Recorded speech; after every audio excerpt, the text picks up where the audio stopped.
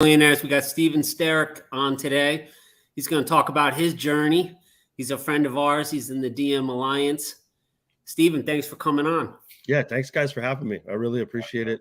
I've actually been part of Blue Collar Millionaire for longer than I can remember, and I didn't realize it, but I stumbled across it, I guess, like early last year, but I hadn't really interacted until somewhere over the summertime. And so, I've been more active in the group, but not as active as I probably should be. But I really love what you guys are doing, and it comes back to helping people, right? That's what we're here for. That's right. If we're not doing that, then what the hell are we doing? Right. I appreciate it. Before I met you, I knew you were commenting and stuff. We see people. We know who's doing what. That's right. Well, dude, tell us what started your journey. Kind of take us back to what got you into entrepreneurship, and then bring us up to present day. How far back you want to go? As far as back as you think we need to. You want. I started a rock throwing business in third grade. It was in you your whole life. It was my friend Daniel and I, and so he was Daniel, I was Steven, so it was D and S Rock Throwing Company. And we were on the schoolyard, and we would charge like 25 cents per throw to teach people how to throw rocks. And that lasted about 30 minutes until a teacher came out and was like, "No, you guys, no, you can't do this." That's so awesome, man. Yeah. And so fast forward, and I was like 10 or 11 years old. I'd take my dad's lawnmower up and down the street. He'd actually drive me to neighborhoods and just drop me off. And I'd go door to door in these neighborhoods, and I'd ask them like if they needed their lawns mowed or what. Like I wasn't a landscaper by any means. I just cut lawns, you know what I mean? Yeah. And so that's kind of where that all started. And then, I sold stuff in high school, whatever I had that I could sell and flip or something like that. I would do that stuff. And then I tried a couple hobby businesses here and there, like just different stuff. And I didn't really realize, I mean, man, I feel like I'm still just getting started, So Right. My first real like thing into entrepreneurship was actually into the mortgage business, and that was around 2004. So my dad had a mortgage firm outside of LA, here where we live, and so he wanted me to come and help him. I had some odd jobs and different W-2s and stuff like that up until that point. And so he said, "I think you could be really good at it." So he taught me the whole thing. He taught me the whole mortgage business, the real estate business. And so we did a lot of residential loans, and we did a lot of residential transactions, but we did a lot of commercial stuff as well. So we did like commercial construction loans or apartment, purchase loans, refis, all that kind of stuff up until about 2010 when everything fell apart, And it was through that time that we lost our asses. Like we fully lost our asses through that. So we actually had a 100-unit apartment complex. It was a ground up development. We were going to start building it. We had the land. We had the plans done. We had the permits pulled. We had the contractor set up. Like everything's ready to go. And then we couldn't get construction financing at all because during that time, all the lenders were changing their guidelines. So in order for us to actually close the deal, we would have had to bring a lot more money to the table, and our mortgage business was tanking. So we didn't have any cash from that. We couldn't pull cash from anything else. We had other investment properties that we lost during that time. Like we made a mistake by buying a bunch of land. So we bought a bunch of like residential development land in gated communities. It's funny because this last weekend I drove up to the lake community that we had, and it reminded me of those 3 properties that we lost on there. Are they developed now? Yeah, of course. And so during that time, the deal was it was 100 units. It was in Merced, California. I don't know if you guys know where Merced is, but it's right outside of Fresno, like Central California. At the time, they were just opening up a new University of California, Merced, brand new university, and we had 100 units less than 2 miles away. And some of them were set aside for student housing. Some of them were set aside for low-income housing. And I mean, the thing was going to be basically a gold mine, right? But we couldn't get it off the ground, and the property had to go back to the bank. And of course, we lost all of our equity that we had in purchasing the land and paying for the plans and everything else.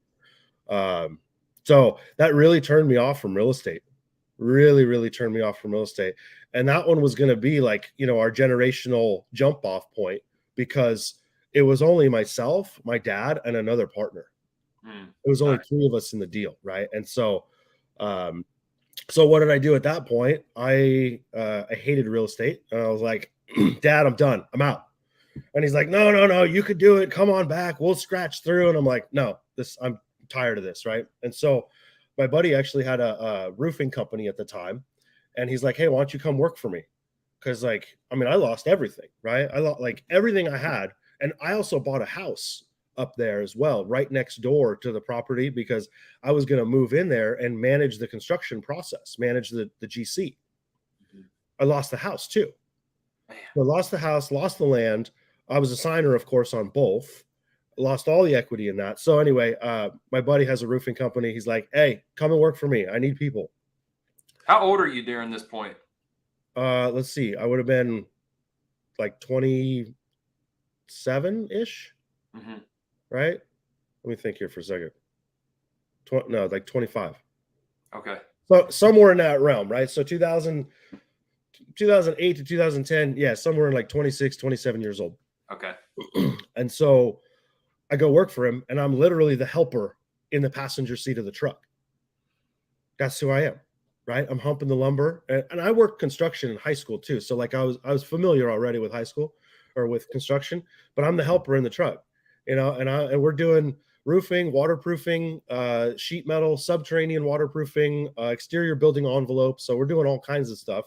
And so I learn all the trades, right? So I learned, how to put in a window, and like I learned all this stuff, and I'm climbing 12 and 12 pitch roofs, and scared the shit out of me. I hate that stuff, but we also did seamless gutters. So I learned how to do gutters. And after about like 8 months in the field, they're like, hey, why don't you come in the office and start doing estimating and stuff like that, start running the office stuff for us. So that's what I did. So I started, reading plans and doing takeoffs and putting bids together, and doing kind of like a little bit of the sales side of stuff. Then they opened up a new division of the company. They were creating a product to put on roofs where you walk on the product and you don't damage like S-tiles, or you don't damage anything. So it'd be useful for like gutter, solar installation, any of that kind of stuff. Pest control people that have to go on roofs, or like tenting houses. So I headed up that division for a little while. Ultimately, at that point is when everything started to turn for construction. So that was like about 2011, right? Kind of like the tail end of the mortgage crisis. And so I got laid off.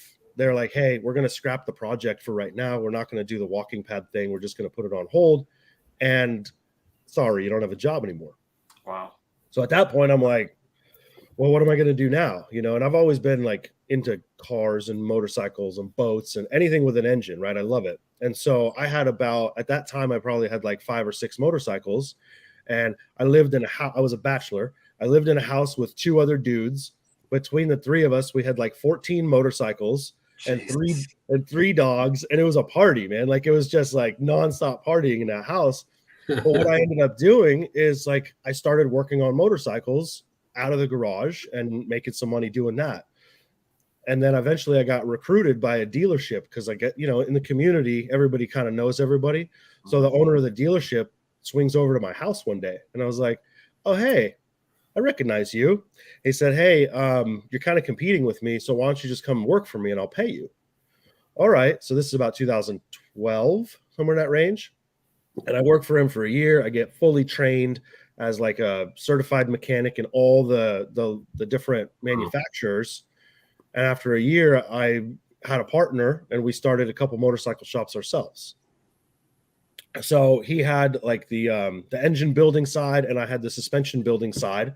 And so we kind of just, met in the middle, and we opened 2 different shops. And then after about a year of me doing that, I realized that there's absolutely no money in motorcycles. It's, everybody's your bro, your buddy, your homie, your dog, your whatever. And they all, expect a discount. Everybody expects a discount, because it's a very communal sport, and it's a very family oriented sport, motorcycle racing and stuff. but like everybody's balling on a budget, nobody's got money, Yeah. So after about a year, I was like, hey, this isn't for me anymore. And I sold my half to him, to my partner. And he's still running the shops to this day. And he's doing very well for himself. And then at that point, my father-in-law calls me and he's like, hey, now that you've married my daughter, I'd like you to come help me in our construction business. He's got a family construction business that he started in like the early 70s. Doing residential remodel and ground up construction. So he said, hey, I've got a couple projects coming up that are pretty large and I could really use, your management and operational experience. So after about a year of doing that, he said, hey, why don't you come be a partner? Nice. So he brought me in. So that's where we're at basically to this day, is we still have that construction company. And that was like somewhere around like the 2016 mark. I got married in 2016, and it was literally like right after that. He's like, now that you're part of the family.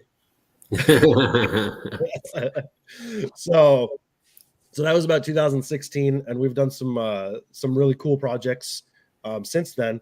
But our biggest experience throughout the pandemic, since we're high quality contractors, it seems like we haven't landed contracts as much as we used to, and so we've been kind of struggling with that because we see the margins shrinking, and our clientele, I think what it is our clientele needs to change.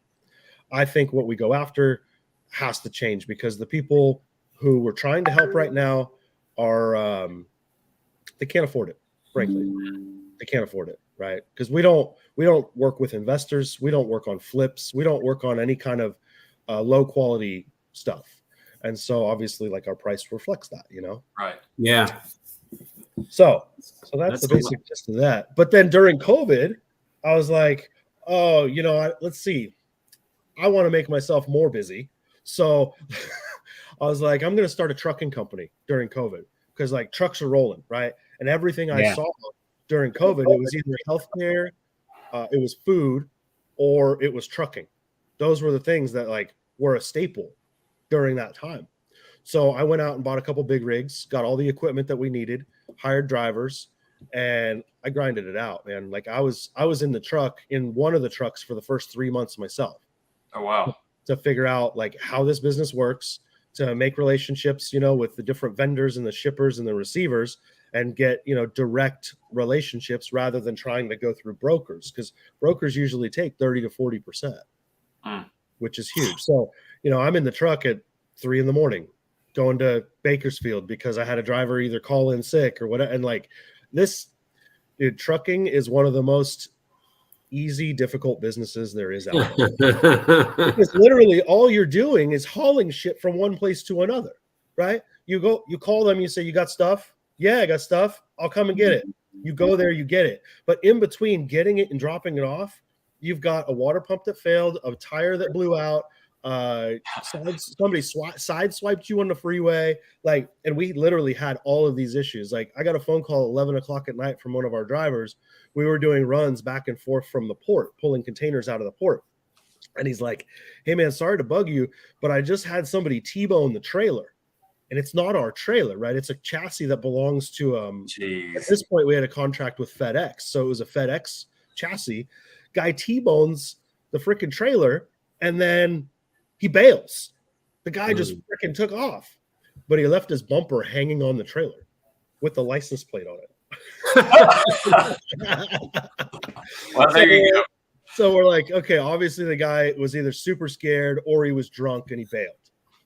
Yeah. About 15 minutes later, the car comes back, same car, no bumper, but it's a different guy in the car. Hey man, I'm sorry, I got so scared, I just left.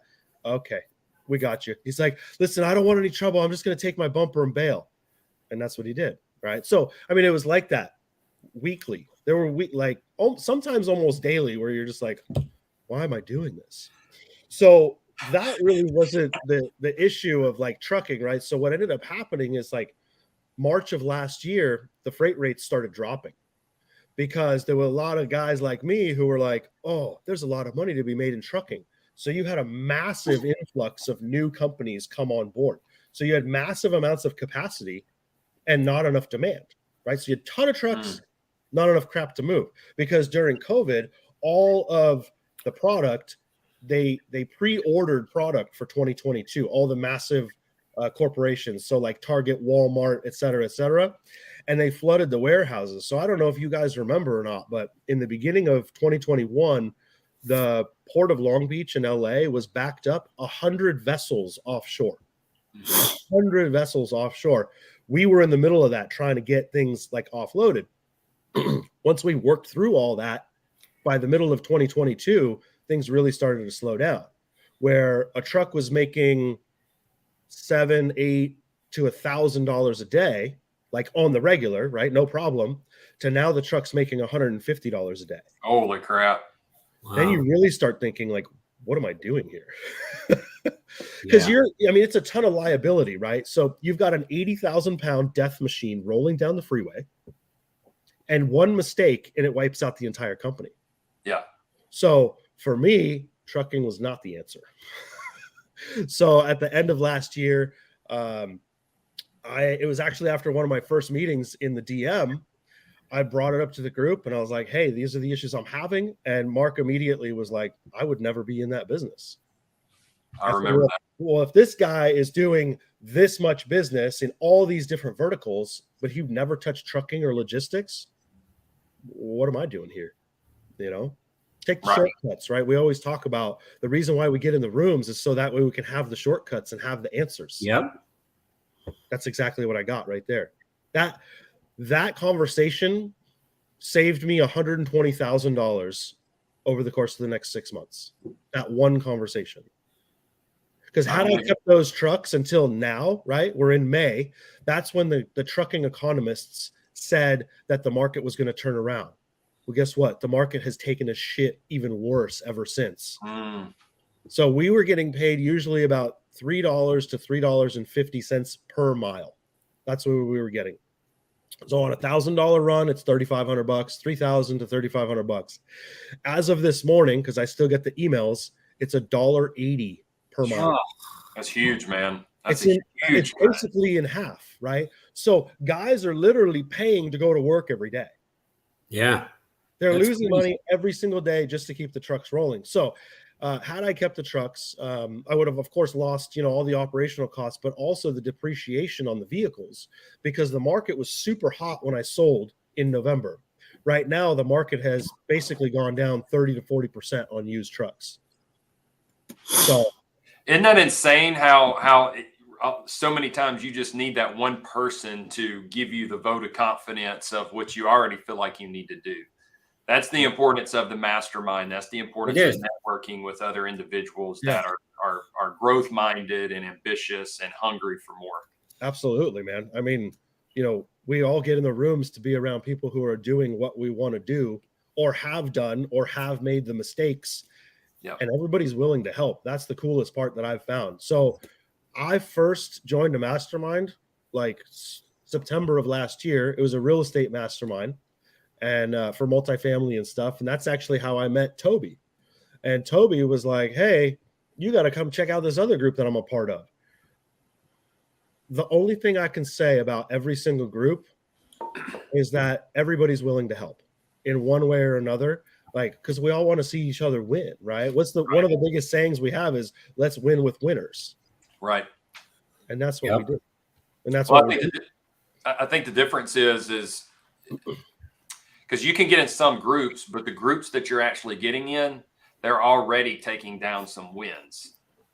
There's a difference in that mindset when you actually have a little something and you've got some success going. You lose that scarcity mindset where you're scared someone else is going to take something of yours. Totally. And I've been in those groups to where everybody's holding everything at their chest. They're afraid you're going to steal something from them. But these groups where people are already taking down wins, they're just trying to do bigger wins and more wins. That mindset shifts and they're like, yeah, man, let me tell you what's happening and what's working for me and what didn't work for me so you don't make the same mistake. Yeah, absolutely. That's a huge part of it. Another part is, Chris, we were talking with Mark yesterday. When you give somebody an idea in like the DM Alliance or Dealmaker, they basically just run with it if it's a good one. Yeah. And then that gives you energy, because that's what I did with Mike Fallett and I were talking. I had an idea for him. I did it. And then he messaged me like last week that he's already doing it and killing on it. Doesn't surprise me at all. But I've been giving guys ideas for decades, and they don't do shit with them. Yeah. And it's like, I know it's going to work because I did it in my business. Like, you're going to make a lot of money doing this. Do you want to do it or not? And that drains you when people don't do stuff, because they'll come back to you like, hey, I'm with the same problem 6 months later. Like, bro, just do it. Just do the work. Just put in the time and do it. So that's one of the other things too that we've discovered, is that usually only 5% of the people who you try to help are actually going to do the work. Yeah. The other 95%, they'll say that they're going to do it and they never will. But that's also what seems to be the ratio of W-2 regular, I just got a job and I love my job and I'm going to stick with my job, versus people who want to be entrepreneurs, people who want to go out there and, make a better life for their families. You're only going to have about 5% of people who want to actually do the work to make those changes. Yeah. It's a lot. I was listening to your story and I was just thinking about, and we heard this, I think this was said in the war room by Mark, last Thursday. And he was just talking about being scrappy, how entrepreneurs are scrappy. And I was sitting there listening about how you would hit success, and then it would just, your knees were cut out from underneath you. Then you'd climb back up and hit a little bit of success and your knees would be cut out from underneath you. And I think that's what it boils down to. It is, I mean, not everybody wants to go through that process of being an entrepreneur. But some of us, we don't have another choice. Like, we're unhappy. We can't live without running that lifestyle and trying to achieve something. Like, that's what I wake up for every single morning, is to build something that's better and hang my hat on it and then move to the next thing. It is a different breed. It takes every one of us, but we can communicate to another entrepreneur because we understand where they're coming from. We understand what they're going through, and it's not easy. And most of it seems like so many people do burn through their 20s just gathering knowledge from experience. And finally, you start seeing that track record hit. Now, some people hit it earlier. I know 20-year-olds, like 21, 22, they're really making it. But it does seem like in your 20s, you're just learning all of this knowledge through experience. And then finally, you start getting lucky, as they would say. And it's because of all the preparation that took place in your 20s to start seeing that luck come in. Every overnight success usually takes 10 years. Yeah, I believe that. That seems to be pretty common thread. You know what I was thinking about while you were just telling that story was how lonely entrepreneurship can be, and how getting around other people who are doing this stuff and being in the rooms with the people that, like, for me, that's been huge for my personal growth, because up until earlier last year, I wasn't involved in any groups, and like, I was hanging around dipshits, right? Mm-hmm. I don't know if I was the king of the dipshits, but I was definitely one of them. Yeah. And being around those people, and they're like, oh, why are you going to try and do that? Having those conversations where people they don't believe, right, in you as a person who can go out there and like create and grow. If you don't have people that are backing you, if you don't have people that are encouraging you, it's a lot harder. It's a lot harder. So I know that we talk a lot about, like, we share our wins, right? We share we also share our losses and our bad days and stuff. But like, either way, we're supporting each other. And for me, that's given me like a massive sense of community where I know I can do it. The law of exposure says once you see it, you can't unsee it. Right. And I've seen it. And I've seen people making, I mean, I know a guy who's made $6 million in the last 12 months, 14 months, just with ERC. Yeah. Just with that. And the guy's a freaking genius, And I'm like, it's possible. He did it. Anybody else can learn how to do it. That's it. That's why you get the exposure, because it changes your perspective. And, so now you still got the construction business. You're doing the ERC. You haven't said that yet, but you just alluded to you were exposed to the ERC. So you're actually working that. it's funny how all of those experiences through, you did the mortgage, real estate, then you dropped down and you were just a helper in construction, and you're still in the construction field. And I have not seen anybody that's very wealthy that doesn't have some type of play in real estate. Yeah. Because once they have that cash flow, they're trying to dump it into tax sheltered assets. And so it's like all of your 20s has really set you up to be able to play the real estate game very well. But not only that, you've learned all of this business acumen in the process. You've seen what works in other businesses, what doesn't work. You've seen what works in your own business, where your fails were. You've understood what supply and demand was. Like all of these things that most people don't get taught in normal, typical education behind a school desk. But because you were out in the field, this experience has just taught you these life lessons that are you'll never unsee them. You just keep building one brick at a time, building up this empire. That's actually what I wanted to say. Like, you know what, Steve, when you were saying about that, hit me when you were like, I was the guy in the seat, in the truck, in the roofer. This is who I am now. That's like a humbling experience from where you came from. And that's how the economy was. And these young guys, they don't know what that was like, because I know the same feeling. It happened to me too, where like I was in a cubicle. I never had a job. And all of a sudden you're like, the hell happened here? Yeah. But I did the same thing that you did. You can go there and you can bitch and complain and be upset at the world, or you can go in there and you can be the best version of yourself and kill it. And that's why you moved. They saw that so quickly, like, wow, this guy can help us with estimating and all these things. And you just learned all that. And then you move that forward to the next business. Yeah. That's what winners do. They take like a nothing opportunity, just like a job. They're in a tight bid and they turn it into something. They can turn it into something more that then fast forwards into other stuff. It's always the same story. And the people who don't do that, they don't get anywhere. Go all in. You know, I've never actually ran through my entire story full front to back like this. I've had, like, when I have conversations with people, I'll tell them like, oh, I did mortgage. And then, now we have construction. I've never actually ran through like the entire chronological order of it. Yeah. And then when you guys are now telling me my story back, dude, it's emotional, because like when you're in the moment, when you're just doing it every day and you're just going for it, you don't realize like how far you've actually come. Absolutely, man. And even when you tell it, I spoke at this event this weekend. I was telling the story, and one guy said to me at Topgolf later that night, it was cool. He said, you know, when you tell a story like that, it goes quick. So everybody's like, oh, he was killing himself. He was working all night and everything. But he says, when you think about it, like when you're in it, it's like it was a long journey. Yes, it is.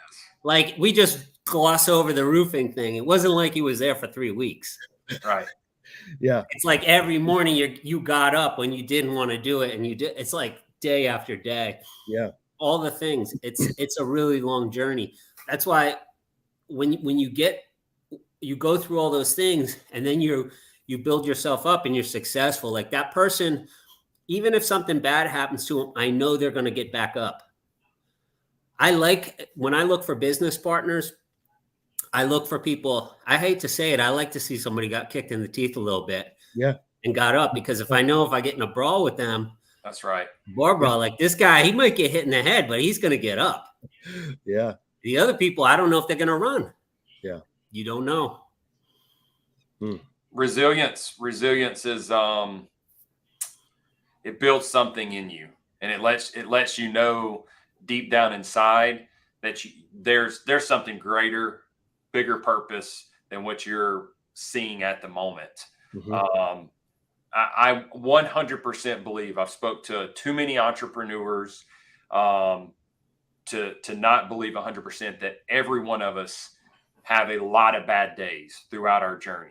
Yeah. A lot of days where we just want to quit, a lot of days where it just isn't working out, a lot of days where we self-doubt ourselves and just wonder, do we really have it?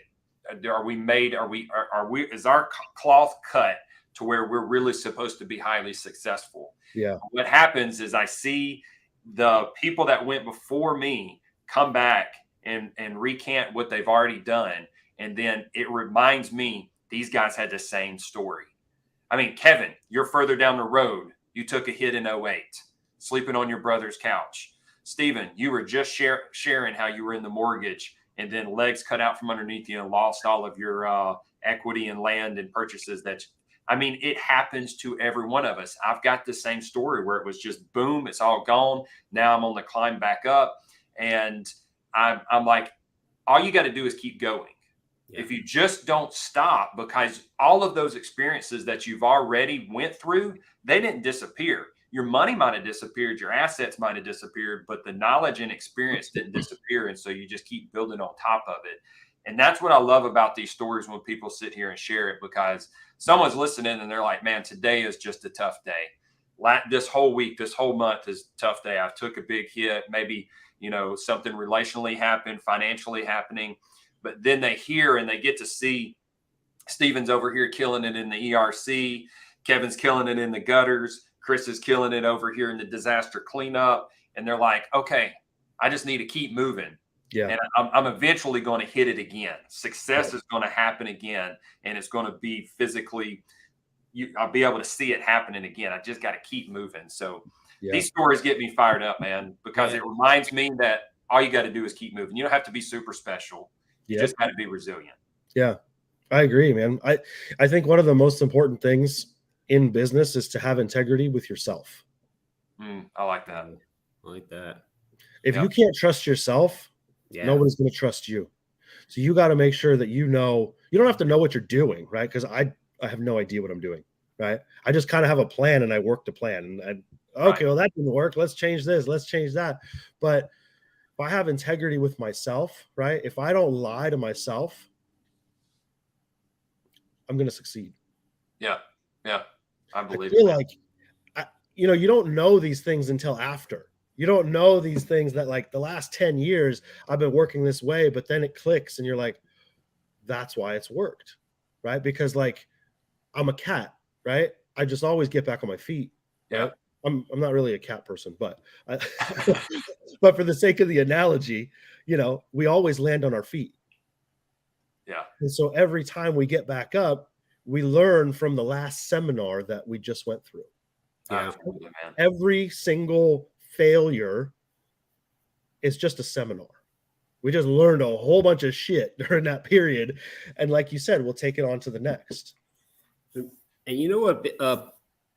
When you were saying you didn't want to do real estate, I felt the same way. When I saw it and I was like, nah, fuck that. I'm not doing any real estate, because that was like the thing that messed me all up. I didn't want to do it.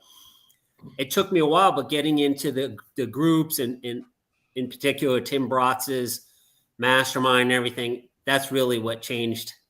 At that point, I was already like, yeah, I'm going to do this again. I needed to be around and see people having success with that again. Yeah. Because I had a bunch of friends who lost their shirt too on it. And we all, like, if you put us all in a group, a bunch of people at that age, we were all like, hell no. So then you're never going to do anything. I needed to be exposed to people who had different attitudes about it. Yeah. Because real estate is really a great wealth builder. There's no question about it. And over the years, I've, slowly just dipped and parked money in multiple different types of real estate. Yep. And I'm hands off on those things. I'm not the operator. Exactly. What's funny about that is, like, I thought early last year, as trucking was starting to kind of like get rocky, I was like, I really got to get back into real estate. I really got to do it. Like, that's the way. That's the future for me, for sure. I know it. I want to be an operator. I want to, lead these teams of these 100-unit apartment acquisitions. And I want to be on the general partnership team, the GP team. And as I get into these real estate groups and I'm realizing, like, what that means, and I'm realizing that every single one of those players is, like, super equity heavy and always cash poor. I'm like, well, that doesn't work for me. That's not the life I want. I don't like it. I was introduced to ERC later on in the year, and I'm like, oh, dude, this is the way. because I can generate massive amounts of cash very quickly and then go park that in real estate before the end of the year. Yeah. So that's what I'm doing now. So I'm building out a team of a pretty large team of sub affiliates to help me along the way, but I'm mentoring them, of course. And then I've hired 2 assistants, full-time assistants to help me with that. I think, Kevin, last time I talked, I just hired my first one. Yeah. And just yesterday I hired the second one. So it's going well. It's going well, man.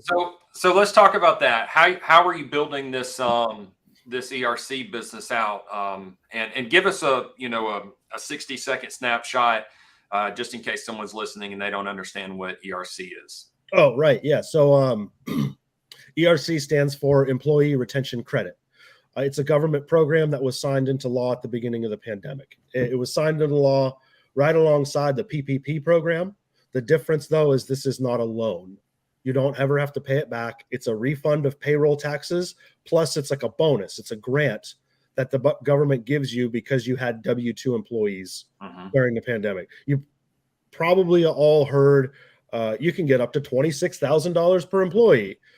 That's true, but often not the case. Usually what we've been seeing is somewhere in the range of like $12,000 to $17,000 per employee, but it depends on how much you paid in wages and how much you paid in payroll taxes. Yeah. So the higher the wages, the higher the taxes, the higher your refund is.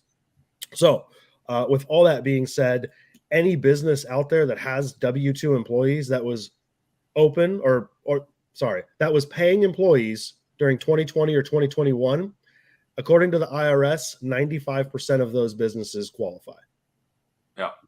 In one way or another. It's super real. It's not BS. It's not a scam. Like, it's the IRS and the Treasury Department helping out businesses. It's real. It's real. My business received money on it. We found it through one of our groups, and he was an affiliate. So we signed up. And the way the affiliate program works is you're getting a small piece of what that main firm is charging. And you're out there sharing the word instead of them throwing out TV ads, radio ads, Google ads. They chose to use warm bodies like you and me and Kevin to say, hey, here's something that's available. Claim this. These guys know how to process it through. Even though your CPA said you didn't qualify, try again, because these guys, this is all they focus on. This is all they're trained up to do. Yeah, absolutely. I mean, we get paid a referral commission to help out businesses. Right. The commission is really good. Yeah. The commission is really good, but there's also a lot of money for the business owners sitting in a piggy bank that they don't even know about, waiting for us. They never have to pay back. They never have to pay it back, waiting for us to help them get it back. Yeah. Yeah. I don't know if it's my internet or y'all. And it's going to go away in what, 1 year? 2 years. Well, technically we have 1 year left to file for 2020 and then 2 years left to file for 2021. Okay. So people got to get in line. That's the biggest thing, is like right now they're backed up over 1 million applications in the IRS. So if a business owner is thinking about it, they're like, oh, I'll just do it later. Don't do it later. Yeah, you might not have time. Get in line right now. So tell us how you're building out your systems here. 6 months ago, I didn't know what affiliate marketing was. 6 months ago, I didn't know what a funnel was. 6 months ago, I didn't know what an email autoresponder was. Now I've got all that stuff and a ton more. And I've got 2 assistants that are helping me out. They're managing all of I'm running ads for both businesses and for people who are looking to make money. And so my assistants manage all of that. They manage the ads, comes through the funnel. And then I hop on a call, a webinar, and I show people what the whole program is about. I have one for business owners and I have one for people who are interested in helping the program, helping make money, affiliates. And so we run through those things together, and then that's basically how it works. It's really simple. It's rudimentary in my opinion. I need to scale it even bigger because the clock's ticking. But the cool thing is that I know that the company is going to be launching other products later on this year that we can offer to business owners. Mhm. And so that's going to take us like 10 to 15 years in the future. So I know and that's all government sponsored grant programs, different from ERC. So I've been told it's going to dwarf ERC with the opportunity. Wow. Stephen, talk about remember when we were doing our call and you were talking about you had a goal in your mind and it was pretty good. And then all of a sudden you just like made it so much higher. And how's that going? And why did you change? Because I was all for growing that goal. Yeah. So originally I was like, well, if I can do 30,000 a month with ERC, that's pretty cool, right? That's $360,000 in the next 12 months. I'm like, that's pretty good, So I've made that before in a year. So I was like, well, I'll just kind of set my level at that, right? And then I got on the phone with our buddy Charlie and I told him the goal, and he's like, why not triple it? And I was like, I guess I got to triple it now. That literally that one sentence. Well, why don't you triple it? Make it $1 million. That's awesome. That's the key, because if you have friends who make, and it's nothing wrong, I'm not digging on anybody, if they make $6,000 a month and you tell them 30,000, they almost get mad at you sometimes. Yeah.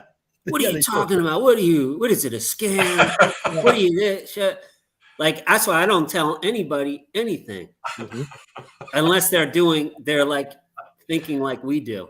Yeah. Tell Mark Evans, he doesn't care what you say. He'll tell you it's small. Yeah, he'll tell me, well, you need to go 10 times bigger than that. Yeah, he's like, man, I don't like that. Yeah. You should be doing that a month. It doesn't pay my water bill if what So I think that makes you think much bigger. Huge. But dude, you're making investments into this. It's not like it does all these ads and these assistants and funnels and everything that you're doing is not costing you any money. And I know sometimes you receive your affiliate fees on the front end if they pay on the front end for the services of the parent company. But a lot of them are paying on the back end. I paid mine on the back end. Yeah. So if I had got called into your funnel, your marketing dollars, you would have had to wait, because it took me, I think at that time it was around 8 months before the funds actually came in from the IRS. Yeah. And so you wouldn't have received. So, I mean, there's an investment, and I think that shouldn't be glossed over. I don't care what you're doing in life. You're always going to have an investment of something to be able to have a payday later. It's time or money. Delayed gratification, man. Time or money, exactly. So for me, I'm spending both, right? I'm spending time and money. There are people, many people, only spending their time. And they have like a part-time job already on the side or something like that. Some of them are even unemployed. And then they're doing this on the side. Since it's a 1099 contractor deal, they don't have to worry about any of that stuff. And so, but yeah, there's definitely delayed gratification. And, if you need money in 2 weeks, this is not for you. Right. So I know others that I've spoke to that's doing the ERC game. And it's funny, once you get exposed to how money works and moves in the economy, it's really the same way in almost every industry when it comes to making an investment and getting a return with profit later. But several of them have linked up with money partners. So they produce their time, their knowledge, their effort, and then they're linking up with other individuals that have that money that they can invest and wait for a return 6, 8, 10 months later.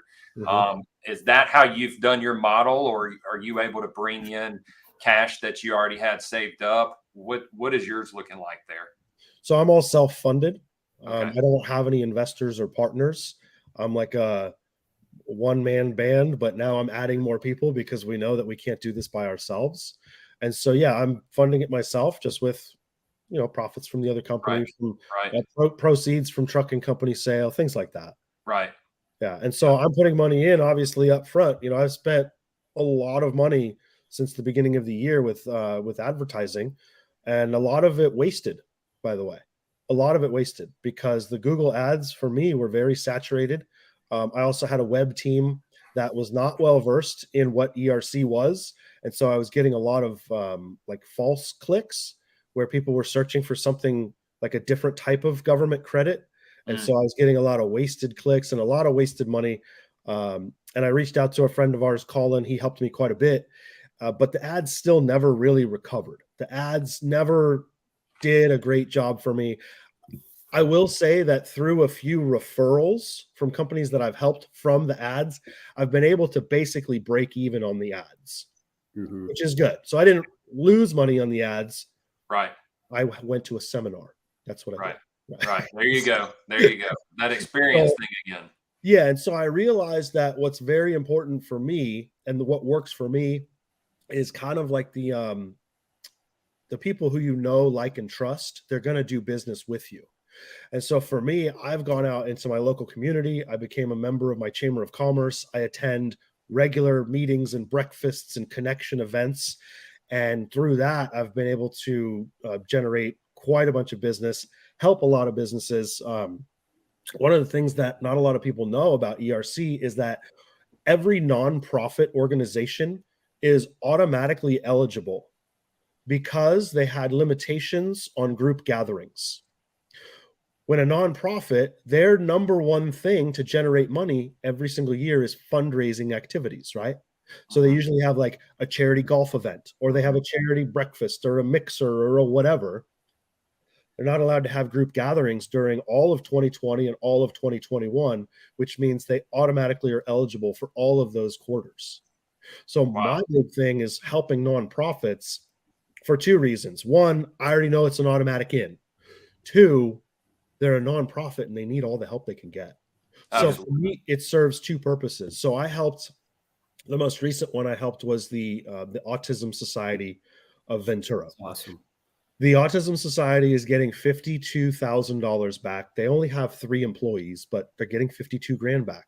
When they heard what they were getting back, they were absolutely floored.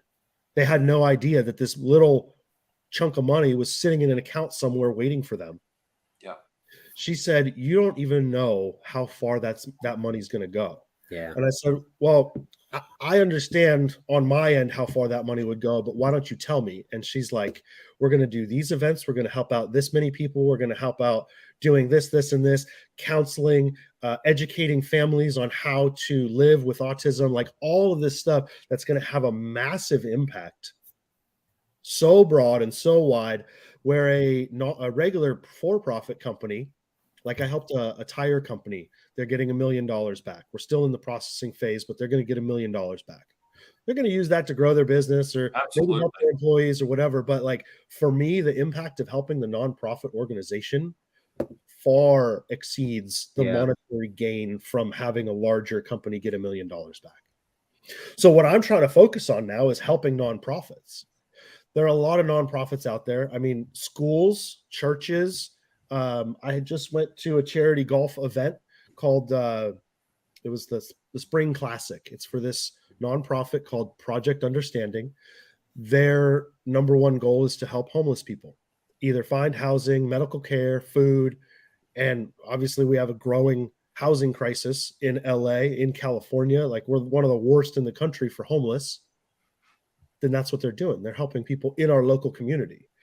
So I went to the charity golf event, talked to them, and I had talked to them beforehand. I met them at a chamber event, talked to them beforehand. She said, "Yes, I definitely want to explore the ERC stuff, but you need to come to the golf event."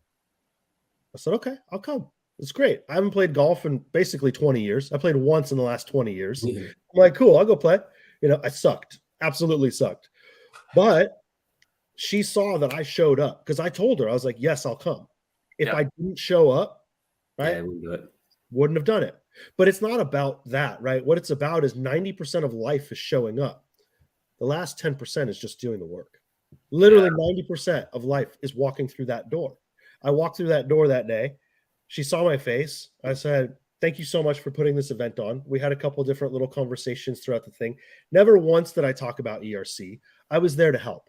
I donated. I bought more raffle tickets. I bought this, whatever. I actually won a brand new golf bag, which was super cool. Nice. Because I've been using my dad's golf bag. That's like over 30 years old. That's another story for another time.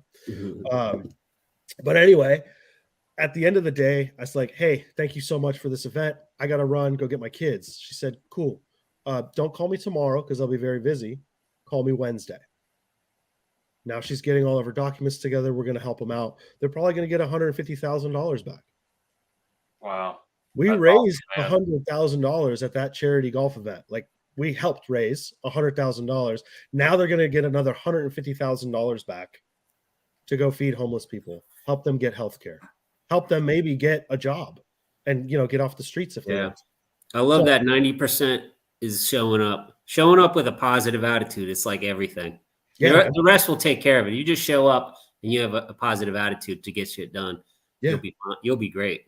yeah, exactly. I So love that, anyway, man. I'm really excited about what ERC can do for nonprofit organizations.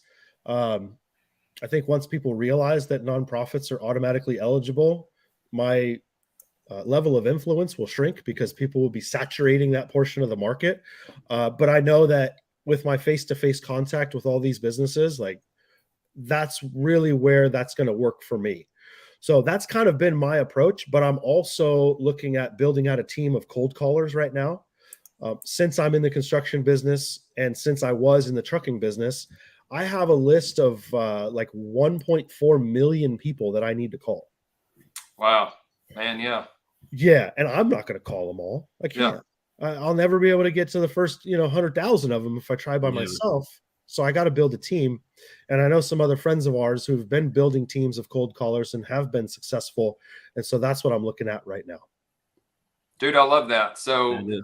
any nonprofits that are watching this, reach out to Steven and let him, or if you're a part or you like a particular nonprofit, reach out to him, get them connected. Let's get that money flowing in so that Yeah. they can Oh, do what and they're the other called. thing about the nonprofits that's very important to me is every single one of them I help, I donate to their nonprofit as well. So I'm helping them get a boatload of money back, but That's I'm also donating. And then I have a spreadsheet, right? This is on Mark's recommendation. I got a spreadsheet of what I'm donating every year because on January 4th this year, I put out to the public, posted everywhere, all of my goals for 2023. The top goal for me is to give 100 times more than I did last year. That's awesome, 100 dude. times more. And so I got to keep track of it so I can measure it. So I've got a spreadsheet, and every nonprofit I help or every nonprofit I believe in, I'm giving them something. Whatever So I can do. anybody who's interested in doing something like that, connect with Steven. I put his Facebook in here. Steven, you can put your Instagram in there and they can reach out to you, become an affiliate with you. You could show them how to do that as well, just like you explained to us. Yeah, absolutely. There's massive opportunity. Make money and help people. Yeah, make money and help people. And like I said, this is not just short term. There's other programs that are going to roll out later on this year that are going to be even bigger. So getting in right now to help out is really wise because you'll be able to learn kind of the ropes before the really big stuff comes online. So you can build a book of business to then go back and help them out later on. And, you'll double dip, but you're also going to help them big time. Yeah. That's huge, man. I enjoyed this interview. This was great. That was good info. I love your story too. Thanks. I mean, seriously though, I want to thank you guys more than anything. Cause like, first of all, when I woke up this morning, I didn't know we were going to have this conversation. And then second of all, like actually talking through my history, like that's what I want to thank you guys for. Cause obviously you continuously ask me questions to facilitate me continuing the conversation. And it's really emotional for me because like every day that I'm working in or on the business, I got my head down and I'm focused and I'm working my plan, but I don't realize like what I've actually done because a lot of times we feel as if we haven't really done much. Well, that's the truth. People who are doing the most feel like they're never doing enough, and people ain't doing shit. They think they're doing a ton. I think that's a great way to end it. Is everybody that's watching this really should reflect on what their journey's been in the last decade, because you've gone a lot farther than what you realize. Be proud of yourself. Yeah. Thanks, man. I mean, I literally just turned 40 last year, and that milestone was like, oh, I got to do something. I got to really do something because I've been action faking for years. I haven't been taking real action. And so literally like the day after my birthday, I was like, shit's going to change. You know what? What's great about milestones, and you're doing great for when I was coming up on 40, like I was like 39. I remember thinking I am not anywhere near where I want to be when I'm 40. Not just financial, just everything, just in life. And sometimes that milestone it was to me, I said to myself, when I hit 50, that's a long time away. I cannot have this feeling. And then I hit 50 last October. I did not have that feeling at all. That's awesome, man. It's great. Yeah, it feels good. So I like where I'm at, but like at 60, I want to be in a whole nother world. Yeah. Let's do it. I feel you 100%, man. So what I do before we knock it off, this is a little tip for everybody who's watching or is going to watch. What I do is write a story about my future life. So I'll say my older daughter is 15 years old. My younger daughter is 12 years old. My wife is this. I am this. We now have this rental home. We now have this lake house. We now are able to give $100,000 a year to charities. We now do this, this, and this, and this. So I write my story, because when you put something on a piece of paper, 95% of the time it comes true. It's the weirdest thing. I don't know why, but if you put it to paper, not type it, don't type it in your computer, literally use your pen physically and write it down on a piece of paper. I mean, you can believe in whatever woo-woo shit you want to believe in, but that is manifestation at its core. You write it down on a piece of paper, you will make it happen. That's good stuff, man. Steven, I appreciate you for coming on. Yeah, thank you guys. Absolutely. All right, we'll see you soon. Have a great day. Peace.